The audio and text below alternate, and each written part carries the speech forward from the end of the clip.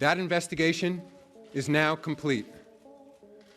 The central findings of the investigation are that the man whose voice is heard on the recording and on a second recording from the same conversation that was released on Sunday, accordingly, effective immediately, I am banning. Adam Silver walked up to that mic like he was about to announce the NBA was merging with the WWE.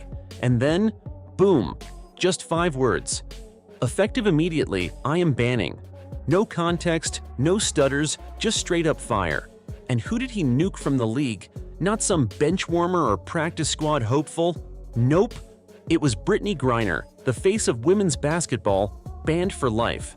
Gone, erased like she never existed. And let's be real, this wasn't some soft little indefinite suspension while we look into it type deal. This was the full Adam Silver special. Lifetime ban, no appeal, no jersey retirement, no farewell tweet.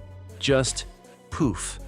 Brittney Griner is now officially more banned than Gilbert Arenas with a locker room full of firearms. But wait until you hear what triggered it. The women have a league. As far as I understand, it's mostly women without penis.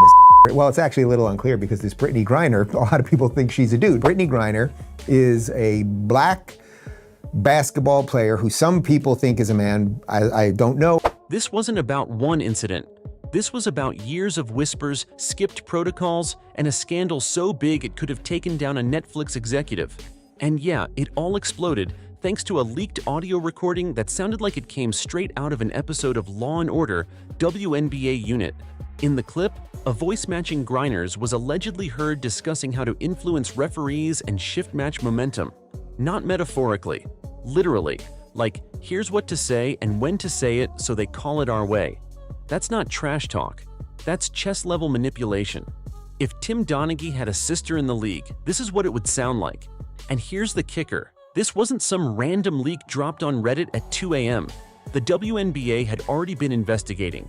That recording was just the last domino. You said you didn't remember what you said. Is it possible that's what you said? No, would never say that. Like, there's no place for that in our league. Wouldn't say that. Oh, that was not what you said? I know it wasn't that because I wouldn't use that type of language. Okay. Thank you very much. Silver didn't hesitate.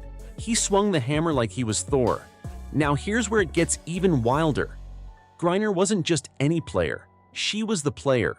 2-time Olympic gold medalist. Global superstar. You've seen her on Nike ads, cereal boxes, even awkwardly throwing out first pitches at MLB games. She was the league's ticket seller, highlight machine, and cultural icon. It's like if the NBA banned LeBron James overnight for texting refs. Yeah, that level of insanity. So how does a league go from marketing Griner like she's the second coming of Lisa Leslie to banning her without flinching? Easy. Receipts. Investigators uncovered texts, emails, and yes, those recordings. Allegedly. I'm just reporting on what other people said. But apparently, Brittney Griner is, in fact, a man. So let's talk about it, guys. Again, my first inclination is to say that this person is not a female. Not just gossip, evidence. And Silver made it clear. There is no place in basketball for actions that compromise the integrity of the game. That's executive speak for, she was rigging games and we caught her red-handed. And let's just say, this was a long time coming. Behind the scenes, Griner was reportedly beefing with teammates, coaches, and even referees. She skipped team protocols, ignored curfews, and acted like she owned the league. Because let's be honest, she kinda did. Until she didn't. Because all those quiet problems suddenly got real loud once the playoff races started looking suspiciously smooth for her team. And now, she's not just suspended, she's scorched earth. Every jersey pulled, every contract voided, and her name already missing from the WNBA website like she never existed. What did you say? I really can't remember what I said, honestly. If I showed you the video, would that help? No, it wouldn't help. It wouldn't help? That's when you know he said If I what he showed you said. the video of exactly Got it. what you said, would that help? Nah. But if you think this was just a bad player goes rogue situation, think again. Because when you start pulling on this thread, the whole WNBA sweater starts unraveling. And guess who stitched right into the middle of it? Cathy Engelbert, the WNBA commissioner herself. You know, the person whose actual job is to prevent stuff like this from happening? Yeah, turns out she allegedly knew about Griner's antics months before Adam Silver even got involved. According to internal reports, Engelbert received multiple complaints. Not from angry fans or Reddit detectives, but from actual players and team officials. We're talking about detailed emails, timeline breakdowns, even direct warnings about Griner's shady behavior off the court. And what did she do with all that? File it under Do Not Disturb. She didn't launch a full-blown investigation. She didn't even slap a warning fine. She just ignored it. And that silence? It aged like spoiled milk.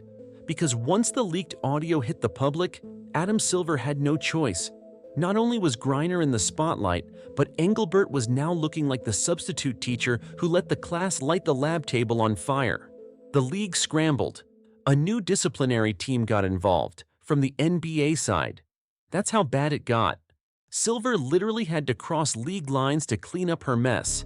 And fans? Sponsors? Let's just say Gatorade and Nike weren't exactly thrilled to see their golden girl trending for the wrong reasons. The brand machine behind Griner didn't just stall. It flipped over in a ditch. Her endorsements disappeared faster than Ben Simmons in a Game 7.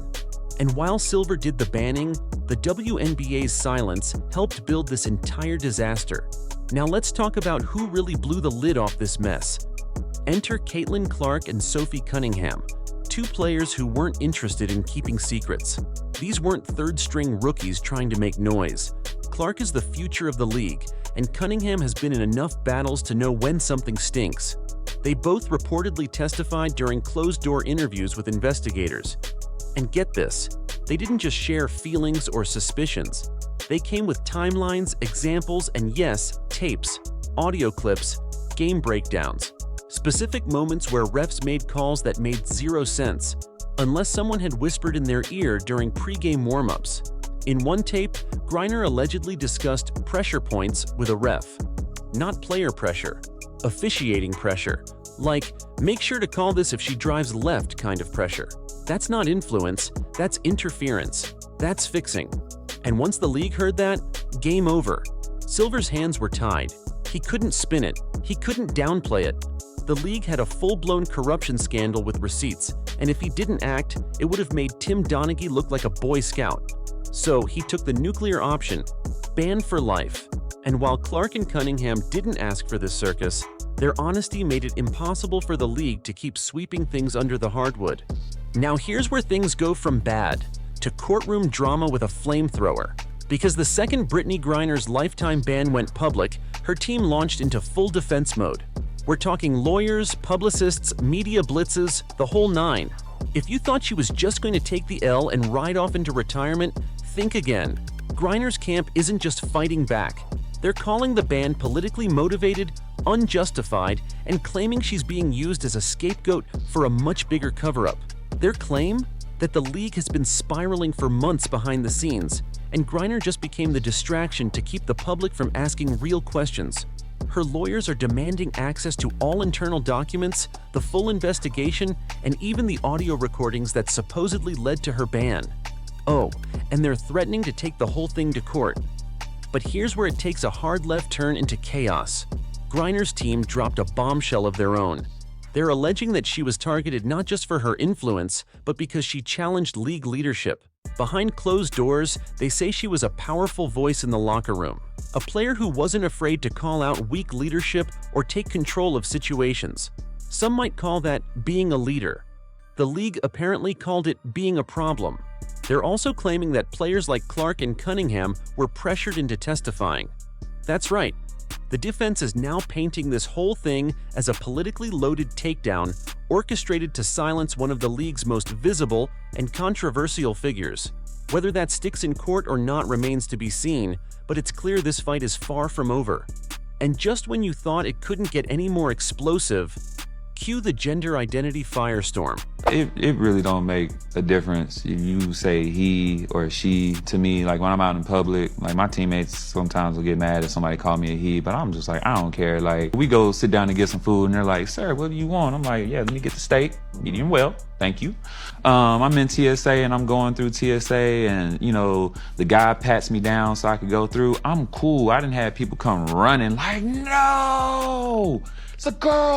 Someone was like, she has to pat you down. And then she walks up and she's looking at me. She goes looking at my chest, looking me up and down, looking at my chest, trying to look at the ID. Or they'll ask me, you really a girl? Now this part, it's been quietly whispered about for years in corners of the internet. But once the ban dropped, it went nuclear. The question on everyone's timeline became, is Brittney Griner biologically male? Now let's be real clear. We're not here to play armchair doctor. But here's what is being reported. Griner's medical records, travel accommodations, and certain WNBA memos are now being pulled into the spotlight.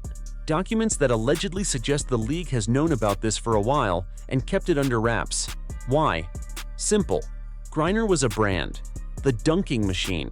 The tall, unstoppable icon who made highlight reels fun. If that narrative cracked, so did the ticket sales. So did the story.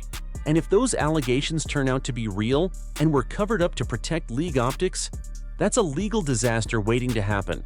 Possibly even a Title IX violation, which would drag the entire WNBA structure into federal court. For many, many years, people have been speculating, is Brittney Griner actually a female or a male? When you actually listen to Brittney Griner's voice is very, very masculine. Now, Brittney Griner is also a lesbian, and we found out probably about, 3-4 months ago, Brittney Griner's lover, Cheryl, a woman, actually got pregnant. We actually haven't heard anything about a surrogate or anything like that. The announcement was just Brittney Griner and Cheryl are expecting. Hey, this probably really could have happened because a lot of people believe that Brittney Griner is not a female. A lot of people believe that Brittney Griner is the first male to play in the WNBA. So now the question becomes, was this ban really about integrity? Or was it about protecting the WNBA from an identity crisis? Because Griner's team is leaning hard into the idea that she's not just being punished, she's being erased to hide the league's deeper secrets. And that opens a door the WNBA does not want opened. Whether you believe it or not, here's what matters. This scandal just left the sports world speechless. Griner is out, the lawyers are circling, and now the headlines aren't just about corruption, they're about who gets to play, how the league enforces rules, and what it's been hiding all along. And now the WNBA finds itself standing in a burning house it helped build. This post got 2.3 million views and states that this is the truth about Brittney.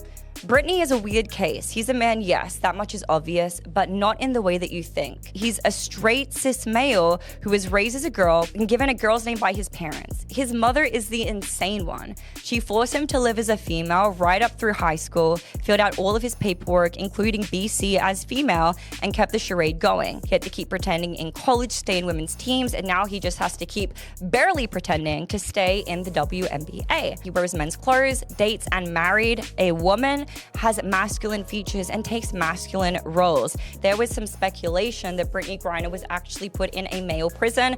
Let's not sugarcoat it. This was supposed to be a golden era. New stars like Caitlin Clark and Angel Reese were drawing huge crowds. TV ratings were up. Sponsorships were rolling in. The WNBA was finally feeling like it was breaking through. But now, the whole league feels like it's being held together with duct tape and deleted tweets. Sponsors are panicking. TV networks are rereading their contracts. And fans? They don't know what to believe anymore. One minute they're watching Griner throw down dunks like she's Giannis in braids. The next she's being erased from the league like she never existed. And the ripple effect? It's already hitting the players who are still here. Imagine being a rookie like Clark or Reese, coming into the league thinking it's about basketball and competition, and instead finding yourself dropped into a full-blown scandal. Legal hearings, leaked recordings, locker rooms full of whispers. That's not development, that's drama. And parents watching this unfold, you think they want to send their daughters into this kind of mess? And it's not just rookies. Even vets are walking on eggshells now. Say the wrong thing, you're a distraction. Call out bad leadership, you're not a team player. What kind of culture does that create? It's a league that marketed unity but silenced dissent. Because the scariest part? If Clark and Cunningham hadn't spoken up, this might have stayed buried. Griner would still be pulling strings, the league would still be turning a blind eye, and the fans? They'd never know how deep the manipulation went. Now everyone's watching Adam Silver like he's the principal walking into a classroom fight. Is this the beginning of more bans? More investigations? Or is Griner just the tip of an iceberg the league's been pretending didn't exist? Griner's legal team isn't backing down. The appeal is coming. And if they push hard enough, everything the WNBA tried to keep hidden might just spill out in public view. Every bad call, every secret meeting, every internal memo. And when that happens, the WNBA won't just have a scandal, it'll have a full-blown credibility crisis. Because if the fans can't trust the game is fair, then what's left? This isn't just about Brittney Griner anymore. This is about the future of the league. Whether you believe she was framed or caught red-handed, one thing's clear. This story is far from over. And with lawyers circling, sponsors watching, and players whispering behind closed doors, the next chapter could be even messier than this one. If you're enjoying this content and want more no-fluff, high-drama breakdowns of the stories they don't want you to hear, go ahead and hit that subscribe button. It helps the channel and makes sure you never miss a moment when the sports world loses its mind.